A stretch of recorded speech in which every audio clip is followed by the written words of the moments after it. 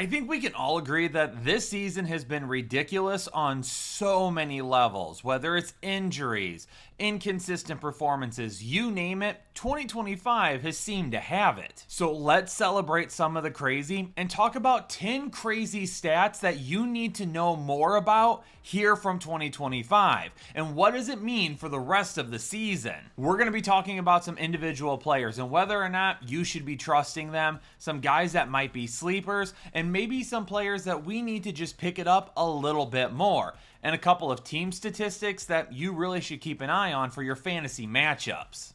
Crazy stat number one has to do with Rico Dowdle, and I think we can all agree that his performance has kind of come out of nowhere. Even for the Rico Dowdle truthers that thought that he may have fantasy value this year, I highly doubt that you foresaw this type of performance. Through the first 9 weeks of the season, he has 735 rushing yards, third most in the league. He also has 498 yards after contact, also third most in the league. His 24 missed tackles, fourth, are tied for 11th, and he has 19 runs of 10 or more yards, also fourth in the league. And what makes all of these stats crazy is the fact that he has only started 4 games this season. He has 5 games with less than 15 carries. He has 4 games with more than 14 carries. He hasn't even had a full workload all season long. And out of nowhere, he's giving you a full workload. And when you compare the amount of snaps played to the amount of rushing yards he has among other running backs in the same area, it's absolutely crazy because Rico Dowdle this season has played 146 snaps and has 735 rushing yards. The running backs directly in front of him, James Cook, 172 snaps. Jonathan Taylor, 184 snaps. Even the guys that are after him in terms of rushing yards, Javonte Williams, 146. J.K. Dobbins, 159. Derrick Henry only has 147 snaps played this season, but he's played one less game because Baltimore's already had their bye week. If you have Rico Dowdle, you're running him out there every single week for the rest of the season as long as he stays healthy. And if you have Chuba Hubbard, my condolences because you've lost tons of fantasy value. Crazy statistic number 2 is going to come from Pittsburgh wide receiver DK Metcalf. It's not just about DK Metcalf, however, but let's start talking about him. So far this season, DK Metcalf is averaging 9.55 yards after the catch per reception. It is the second highest mark in the NFL among wide receivers. And on the season, he has 49 targets, 29 receptions for 467 yards and 5 touchdowns. Those numbers have made him the wide receiver 20 in half PPR leagues. And we all can probably agree that DK Metcalf is a guy that we're starting every single week. Has it been a little bit of a roller coaster? Absolutely. And everyone that owns DK Metcalf probably agrees that he's in their lineup every single week. If the guy's giving you wide receiver 2 numbers, you're probably starting him as your wide receiver 2, flexing him at worst. But it's really interesting to see how his numbers compare to some guys that nobody even talks about. And while his name does come up from time to time, it's Buffalo's Khalil Shakir, who right now is averaging 9.18 yards after the catch per reception. That's third highest in the league, right behind DK Metcalf. And when you compare the numbers, they're wildly close together. For instance, Khalil Shakir has 47 targets to DK Metcalf's 49. He also has 9 more receptions. Khalil Shakir has caught 38 passes this season. DK Metcalf only 29. There's a little bit of a difference in yards and touchdowns, though. That's where DK Metcalf has the upper hand. Khalil Shakir is at 399, 467 for Metcalf.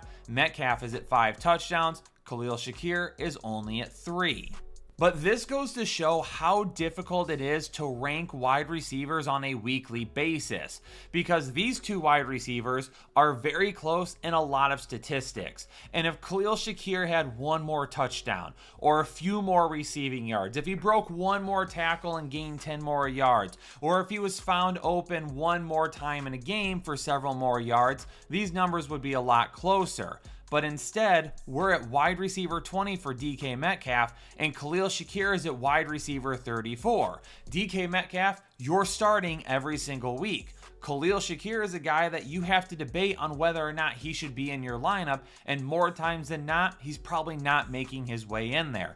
That's how close fantasy football can be, but how wide it seems as well. And I've got a bonus crazy statistic for you today that doesn't have to do with fantasy football. Did you know that 1 in 3 people have said that when their partner wears a chubby shirt or chubby shorts, that 50% of the time they have a more pleasurable experience in bed with them? It's true. Ask everybody down in the comments and see what they have to say, because we have had a great time helping chubbies roll out their new NFL line of shirts and shorts for the 2025 season. And if you haven't gotten anything from Chubbies before, I guarantee you that you're going to absolutely love everything that they offer.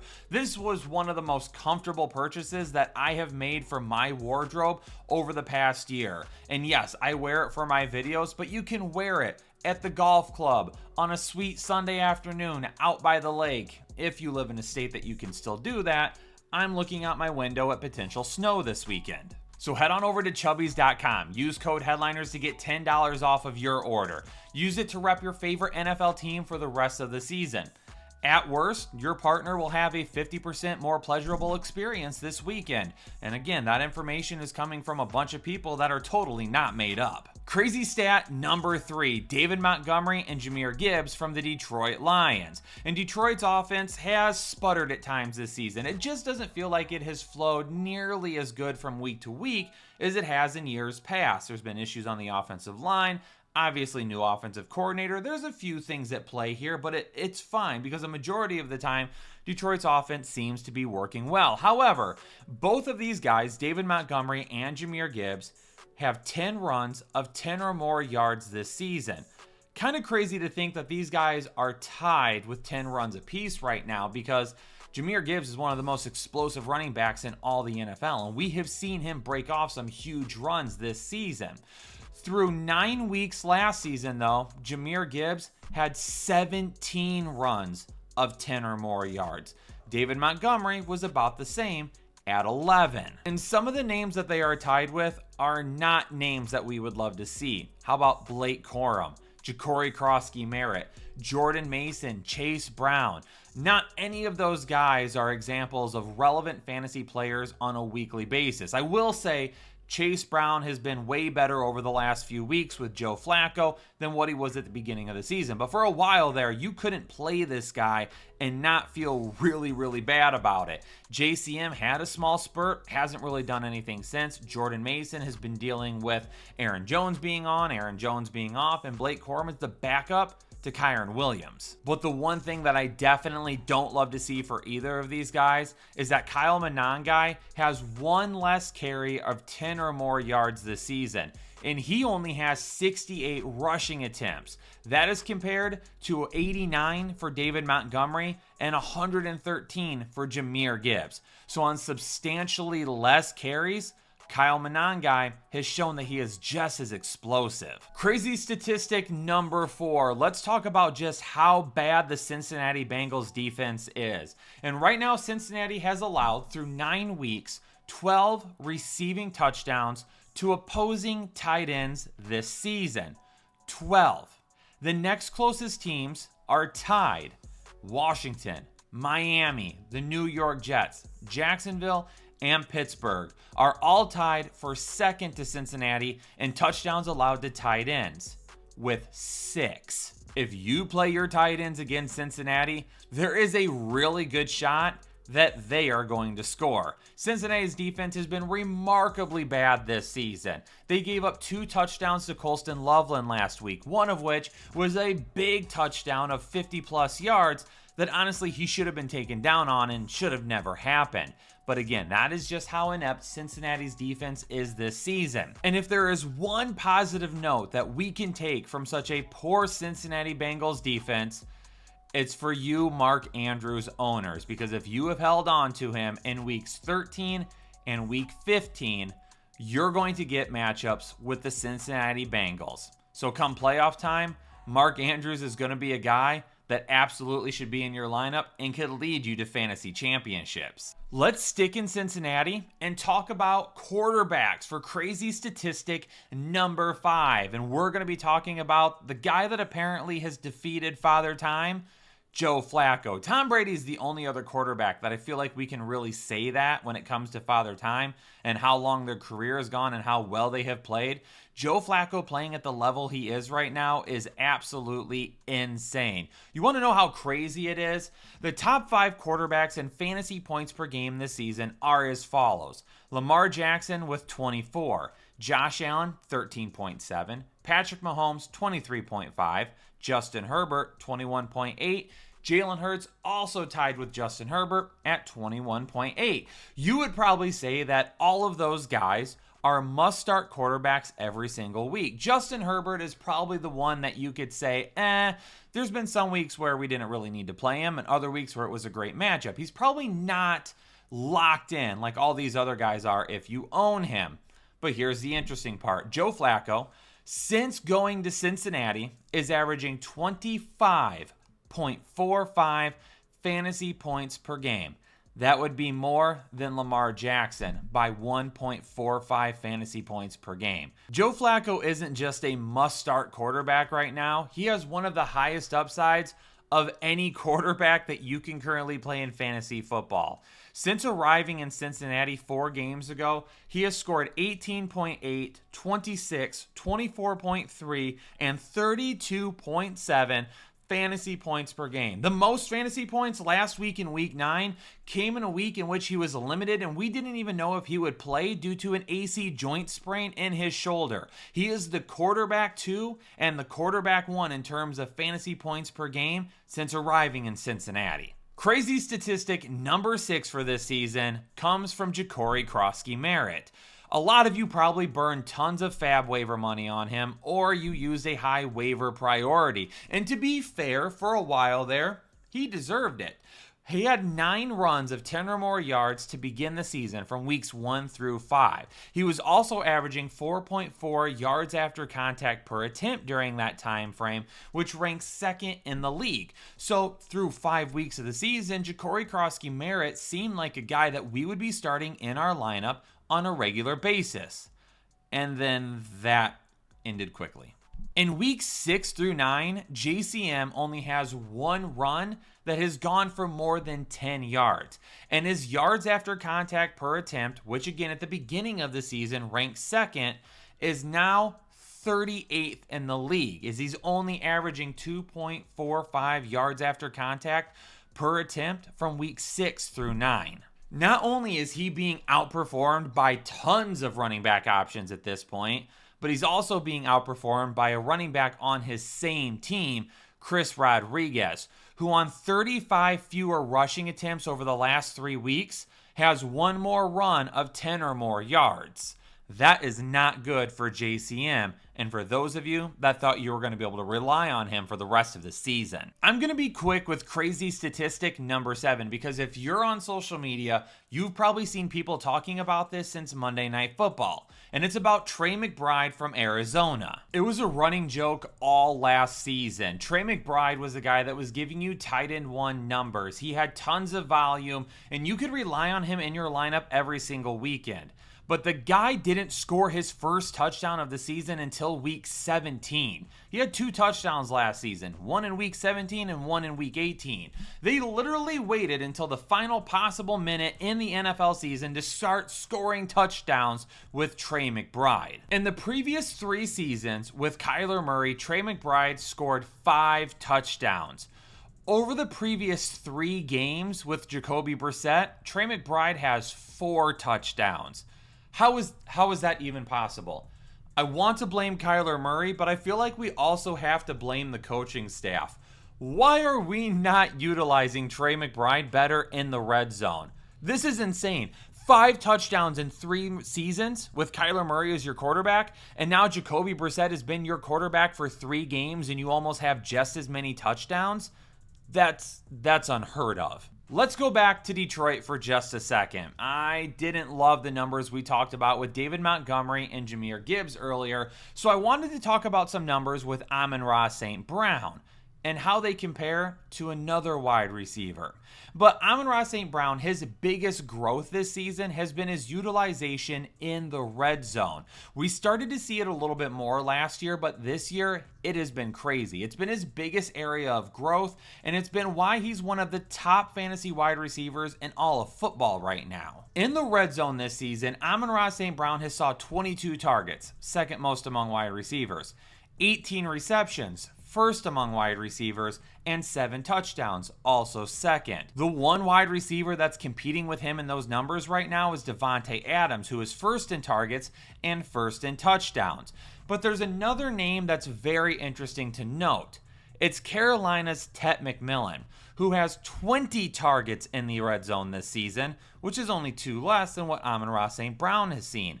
However, he only has 10 receptions, which is 8 fewer, and only 2 touchdowns, which is 5 fewer. But when you take a look at the overall numbers, they're pretty darn close in some areas, and it goes to show just how poorly he's been utilized by this Carolina coaching staff and how poorly Bryce Young has played at times this season, because they're almost darn similar in targets. St. Brown has 72 targets, Tet McMillan has 68.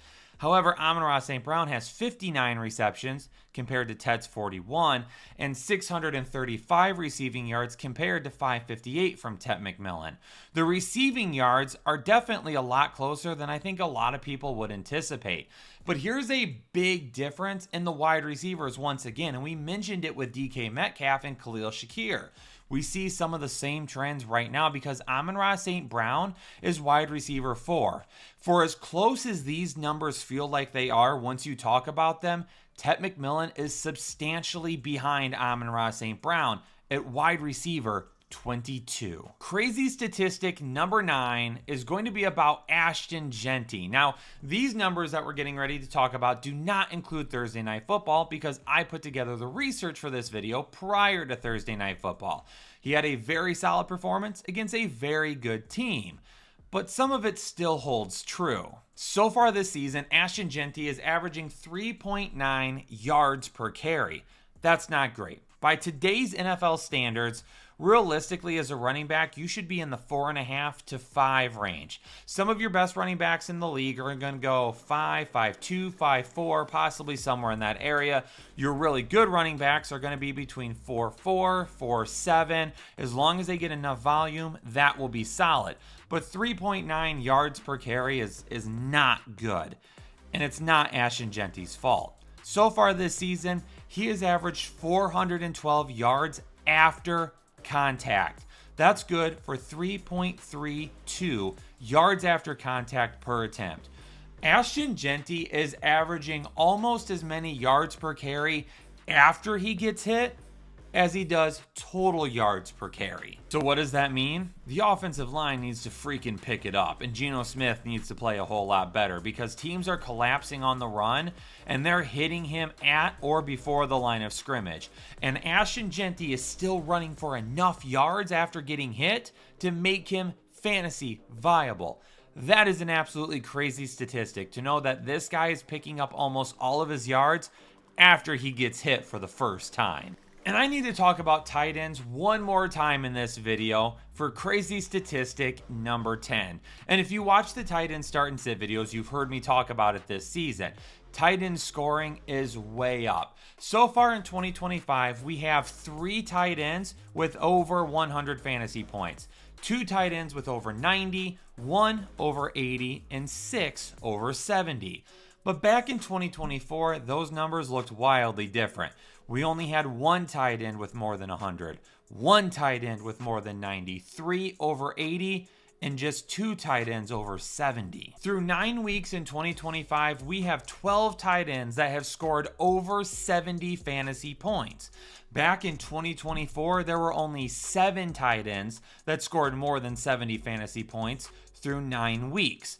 Is it increased volume? What exactly is it? Well, in 2025, we have 14 tight ends that have secured more than 300 receiving yards on the season through 9 weeks. Last year in 2024, we had 16 tight ends. So we actually had more tight ends last season with over 300 receiving yards at this point than we do this year. It's touchdowns, ladies and gentlemen.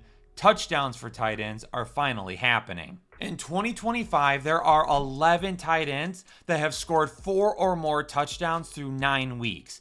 Back in 2024, there were only 4 tight ends that had 4 or more touchdowns through the first 9 weeks of the season. We used to say this about tight ends all the time. If you trip into the end zone, you have a chance at being a tight end 1 in any given week. In 2025, that's not nearly as true because we have way more tight ends finding their way into the end zone than we did last season. Touchdowns make players way more volatile. If you're trying to chase touchdowns, you're going to get hurt more times than not. But the tight end position this year, chasing touchdowns is not the worst thing in the world. Headliner Nation, hopefully you enjoyed this video. It was a little bit different than what we normally do, but I wanted to have something a little different and have a little bit more fun with it this week. The NFL season has been absolutely crazy, and there's a lot going on that I can't help, Jake can't help, you can't help. You can do whatever you want to try and set your fantasy lineups, and more times than not this season, you're left scratching your head trying to figure out what's going on. So kick back, relax, enjoy the rest of the season, and don't take it too serious. We're going to keep giving you deep diving information, and we're going to be here every single week for the rest of the season to help you win a fantasy championship. So hit the like button, subscribe to the channel, hype the video, bell notifications, whatever it is, do it to help the video out. I would greatly appreciate it. Stay safe, stay healthy, and I'll catch you on the next episode of the Fantasy Headliners. Analytics off the chain, all the channels not the same. Jake and Kyle, you know the name. Headliner Nation, we running the game.